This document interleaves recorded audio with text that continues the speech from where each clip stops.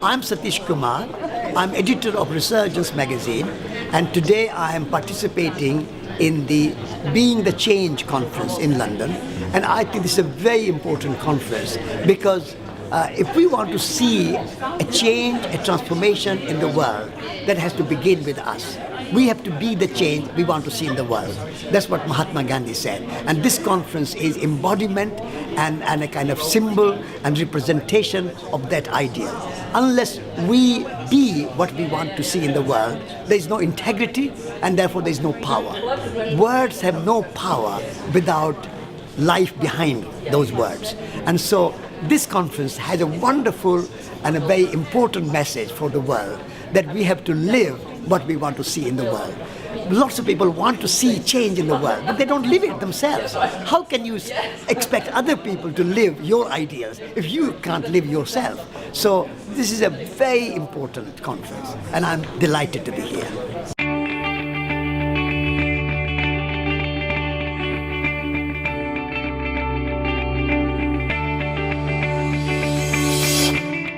The line, being the change you want to see in the world, comes from Mahatma Gandhi. And the story is that once a great politician, a fighter for the independence movement called Dr. Lohia, went to Mahatma Gandhi and said, "Mahatma ji, you are not a great orator. You are not a very handsome person, broken teeth, no denture.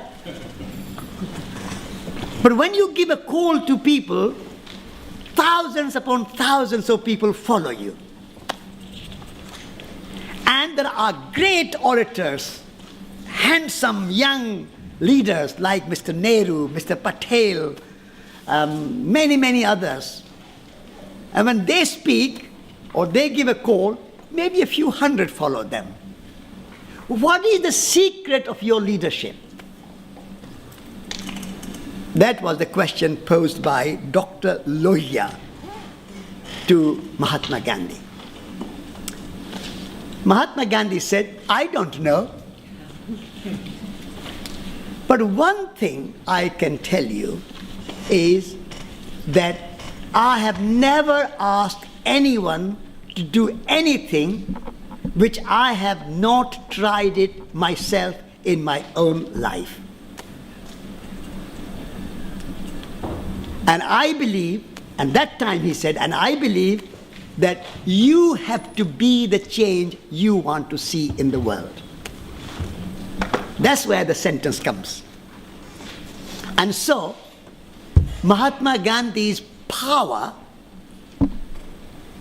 and influence, not only in India, but around the world. And actually, Mahatma Gandhi is a product of South Africa. And South Africa, Sheila comes from South Africa, don't you? Or partly, had connections. South Africa is a great country. South Africa gave Mahatma Gandhi to the world. South Africa gave Nelson Mandela to the world, Desmond Tutu to the world. Many, many great souls, spiritual souls, peaceful souls have come from South Africa. But then, after learning many, many non-violent techniques and practicing in the ashram he started in South Africa, called Phoenix Ashram, he came to India. And he said to people that, "Don't worry about the British. British will go. Worry about yourself. And if you can live an independent life and not dependent on the British goods and not dependent on British education, then you will be free." So he said, it is not because of the British that we are colonized. We cannot blame the British for it. It's because of us our lack of mindfulness, our lack of awareness, our lack of independent spirit, free spirit, that we have succumbed. So, an exploited cannot just blame the exploiter. Exploited has to take responsibility to say, I am not going to be exploited. And that is how he said, I want you Indians and myself to live the free life. Now, not until British have gone that we have to wait. We live independent life now. So the first thing he did was, he said, spin the spinning wheel. And millions of people followed him. Spin the spinning wheel. Because India produces cotton, and that cotton goes to Manchester or Lancashire, to England. The cloth is made and shipped back to India. This is where our independence has gone. We don't want anything made in Britain. Why don't we make our own? We don't mind if the British live here as our brothers or sisters, but not as exploiters and colonizers. But if in order to achieve that, we have to non-cooperate. We have to non-cooperate with the exploiter, with the oppressor, with the colonizer. So first thing is to make your own cloth and not be dependent on cloth made in Manchester or Lancashire. People thought Gandhi was a fool. By spinning the spinning wheel, how can you make India independent? And then suddenly, the British brought a law. They wanted to tax salt. Because they said, salt everybody eats, so we'll get a little bit of money from everybody. And Mahatma Gandhi said, look, in India, hot country, we lose salt when we sweat. And everybody, poor or rich, they need salt. But they have no money to pay you. People make their salt by the sea or barter. Don't put this tax on. But British won't listen to him. So he said, I am going to make salt. I will go to the sea, make salt, and I'm going to march to the sea, because salt march is called. And if anybody wants to join me, please join me. We'll make the salt and see what British do. We will get arrested. And he started to walk. 5 miles, 10 miles, 5 miles, 10 miles every day, walking. And 10, 20, 100, 500, 1,000, 5,000, 10,000 people arrived at the seashore. And the police waiting there, because they are going to make salt. And they are going to arrest them. 10,000 people making salt. How do you arrest 10,000 people? And where are the places in the prisons? Anyway, they arrested Mahatma Gandhi. And Mahatma Gandhi was brought to the court. And Mahatma Gandhi said to the judge, my lord, I am guilty of breaking your unjust law. I am guilty. And please give me the harshest punishment you have in your books. Do not be lenient. Have no mercy.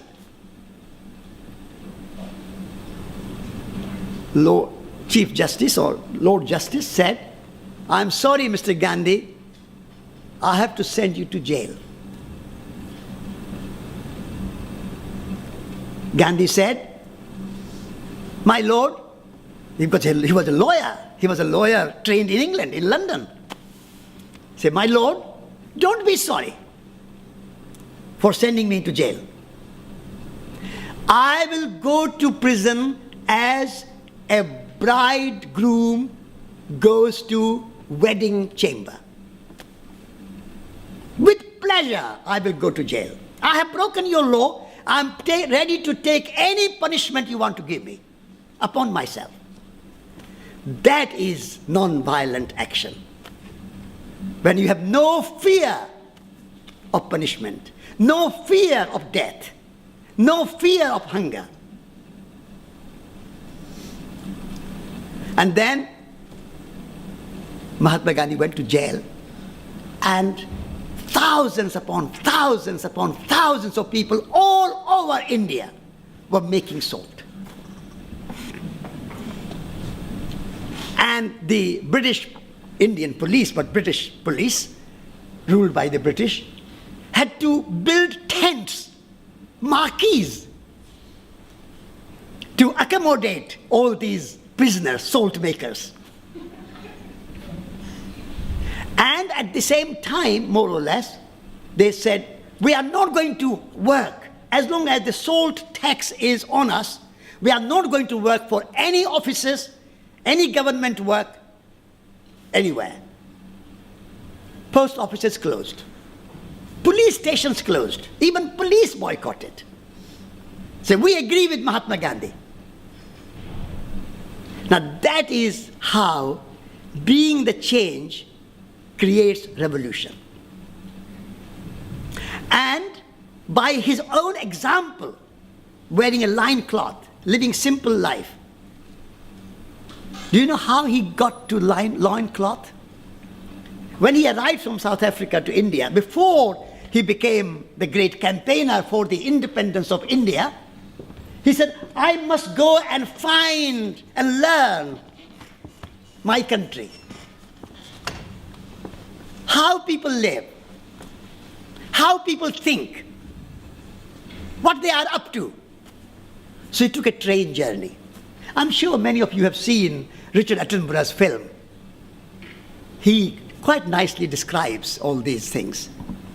And so he went in a train journey all over India, south, north, east, west, middle, everywhere, for 6 months. And in one town in South India called Madurai, he was invited to meet an untouchable family. Because Mahatma Gandhi's other great passion was that we don't deserve independence from the British if we exploit our own people and put them in caste system of untouchability. We don't deserve independence, Gandhi said clearly. Let the British rule India if you are going to exploit your own people and an underclass and an untouchable outcast. So he was campaigning against the abolition of untouchability. Being the change, not just saying, go British, and then we will rule like you rule on us, now we will be the rulers. Mahatma Gandhi said, what is the point of replacing white Sahib, white rulers, with a brown Sahib, the Indian ruler, who exploit their own people? So he was invited to meet this untouchable family, and the mother came out of the hut and spoke to Gandhi. And she said, and my daughter and I live here, and we are this, and we are exploited, and we don't have work, and so on. And then Gandhi said, can I also meet your daughter? So all right, she went in the hut, and the daughter came out. I said, why your mother? She said, but we can't both come together. Why? Because we have only one sari. Gandhi said, how can I be dressed in this jacket and dhoti and turban and all these heavy clothes on my body when untouchable family has no saris even to wear? So that day he decided that he will wear just a loincloth and a little shawl on it. And most of the time he just sat naked. So this is the small example of being the change that you want to see in the world. Why our peace movement, environmental movement, green movement, ecology movement, organic movement, all these big, big movements, energy movements, renewable energy movements, all these are just making a little bit here and there, little bit of noise, but not making a great stride and great change and transformation. Because we just talk about it. Environmentalists talk about these things. But if you look at their own lifestyle, go to any offices of big organizations, be it Friends of the Earth or Greenpeace or WWF or whatever. Do they live their ideals? Do we live our ideals? That is our challenge. That is our challenge. Our power in our movement, power in our words, power in our actions will emerge only when the words are backed by real living example. So now the independence movement of India, equivalent of that is independence of the spirit. In our countries, Western countries, modern industrialized countries anywhere, we are as colonized as India was in different ways. In the name of free trade, free market. I was in Brazil recently and also in Portugal, and I saw little towns. One little town, 4 Chinese supermarkets. 60% of our goods in our shops, whether it's the United States or Portugal or England or Germany, wherever, 60, 70, 50% of the goods made are not made in their own country. As Mahatma Gandhi said, we don't want cloth made in Lancashire, which is worn in India. We want our cloth to be made here. We need the same movement now. The new colonialism is coming from China or somewhere else. And where is our shirt made? Where is our shoes made? Where are our chairs made? Where is our radio made? Where is your computer made? Not locally. Well, I live in Devon, and sometimes, like I was coming here, take a train, and I ring my railway station. Nowadays you can't even have your railway station. You have to ring somewhere. I try to ring my railway station to find out what time is the train. And I ring a number, and the answer comes from Mumbai. And I recognize the sound. I said, where are you speaking from? That's not English accent. Even I don't have so much Indian accent, but I hear sometimes very pure Indian accent. She said, sir, I'm speaking from Mumbai. I said, 3 miles down the road, I have a station, and I have to find out from 5,000 miles away. And when we have young people writing in Liverpool, Manchester, London, everywhere in August, writing, because they have no jobs, no work. 8%, 9%, 10%, 12% unemployment in various places. Why we cannot create a local economy where we have dignity of labor, dignity of work? I started a school in Devon, a college in Devon, Schumacher College, at the small school. I said, first thing we will teach our children, not 3 R's. We have to replace 3 R's with 3 H's. Not reading, writing, arithmetic only. And even they are not 3 R's. I have to teach English how to spell.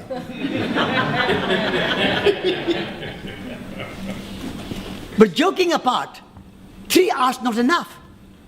That's all in the head. We have to educate our children in head, in heart, and in hands. And hands are the least educated in our country. Most Western countries, but England we are talking now. What do we do with our hands? That was Mahatma Gandhi's most important concern for the world. That we must use our hands. But our children in schools and young people in universities, what do they learn? How to use their hands. I was reading in The Guardian that 12 or 13% of people who come to universities don't know how to boil an egg. These hands are such a wonderful gift of transformation. We can take a little piece of clay and beautiful transformative experience. We turn into a beautiful pot. Bernard Leach, Hamada, Clive Bowen. That's a transformation made by hand. Take a piece of stone, piece of wood, and what these hands can do, turn into a beautiful sculpture or a chair or something. And when we have transformed that piece of clay into a pot, the clay has transformed you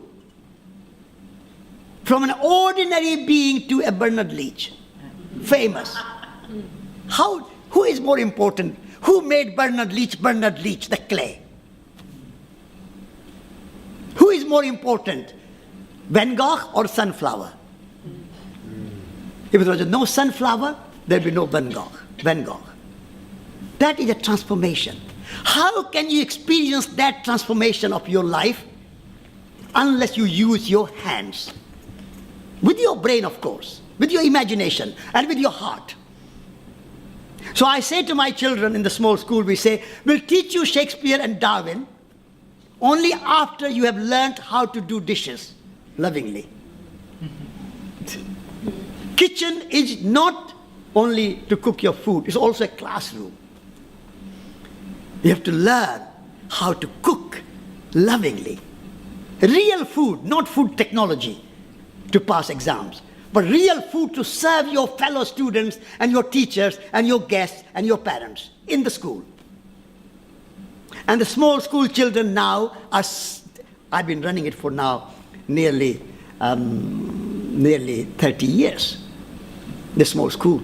And now children do catering and to raise funds. 500 people, they will do lunch. Triodos Bank, AGM, the small school is commissioned to do the lunch. Schumacher lectures, resurgence events, they do they start restaurants. Garden.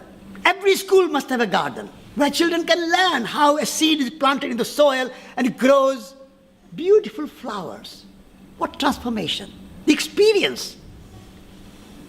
You can't have that experience by sitting in front of a computer all the time, surfing the internet, or Facebook, or YouTube, or even David Attenborough's films. That's a bit of cheating to know nature through your television screen. You have to go to nature, into nature, learn from nature, not learn about nature. There's a great deal of difference between learning about nature and learning from nature. When you learn from nature, you have a relationship. You have a humility. You have a sense of unity, sense of relationship and connectedness. How we are all related, how we are all connected. That experience cannot come by sitting in front of a computer screen or a television screen. You have to go in nature, you have to go with people, you have to have a community, you have to have a real relationship. And our modern, Western, industrialized civilization has thrown the relationship aspect of our existence out of the window. And we become just individualized, isolated, single, me, I. It's an egocentric civilization. And we have to make that change, that transformation from egocentric civilization to eco-centric civilization. Only one little change from G to C, and you will have a quantum leap of transformation and change. And the eco means relationship. The Greek word ekos, from which ecology, economy comes, ekos means home. And the great wisdom of the Greek philosophers, home is not only where you have your bedroom and bathroom and kitchen and a garden, but your home is the entire planet home, the earth home. And what is a home? Home is a place of relationships, where you have parents, you have children, you have husband and wife, you have grandparents, you have friends. Even with the armchair you sit in, you have a relationship. When I go to visit an English family and go in the sitting room, before I sit down, I ask, which is your chair? Because the householder have their chair. They have a relationship. So ecos means a place of relationships. And not just single, isolated individuals, me, my success, my money, my house, my this, my that. Even my happiness is not enough. You are happy when you make someone else happy, when you are in a relationship. The source of happiness and well-being is in relationship. And relationship without ego. You put a very nice slide there. What do you bring? What your beloved brings to you? Wonderful slide, but not complete. I would like a correction or an addition to that slide. What do you bring to your beloved as well? Not only what beloved brings to you, but what you bring to your beloved. Two together, that's relationship. If only beloved brings you, but you don't bring something back, then it's not relationship. So, if you want to change the world, and if you want to be what you want to see in the world, start with relationship. That was Mahatma Gandhi's key message to India. And that is why he coined the word. And that is as relevant today as ever. If we have a sense of relatedness, this intrinsic value of relationship, we will see the end of wars. Wherever the relationships are broken, whether it is Iraq or Afghanistan or Kashmir or anywhere else, you have wars. Sometimes you have small wars in your family. Husband and wives have wars. Parents and children have wars. Verbal wars. But that's a breakdown of relationships. Wherever there's a great poverty, there's a breakdown of relationship. Where there's a great pollution, there's a breakdown of relationship. Factory farms, we put animals in sort of cages. We are related. The cows and pigs and chickens are our kith and kin. How can we see them suffering in cages in factory farms? The fish in the ocean are kith and kin. St. Francis was the great patron saint of ecology who talked to the birds. They are my kith and kin. St. Francis said it. And so, relationship. We are all related. If you can start with that as a one step, and if we can get relationships right, personal, social, community, natural, ecological, political, economic, all are relationships. When we have riots in our inner cities, relationships are broken down. It's not just criminality, as David Cameron would easily like to believe, and put them in jail, and solution will be there. It's a temporary solution. We have to repair the broken relationship. David Cameron talked about Britain is broken. He got completely wrong. It's not Britain is broken, it's our relationship is broken. If there is a problem, it's a relationship. So when we can have that relationship of friendship, friendliness, in India we call it Maitri. When the Buddha was asked, how will you reincarnate in your next life? He said, not as a person, not as a prophet. Wherever there is a friendliness, friendly relationship among people and nature, I am there. The Buddha, Maitreya, is there when you are in friendly relationship. This is why one of the most beautiful name of any organization is Friends of the Earth. We are friends of the earth. We are not the rulers. We are not the guardians. We are not the stewards. We are trustees and friends. So friends, thank you for giving me the chance to remind you of Mahatma Gandhi and his birthday tomorrow and his sentence of being the change that you want to see in the world. Thank you very much.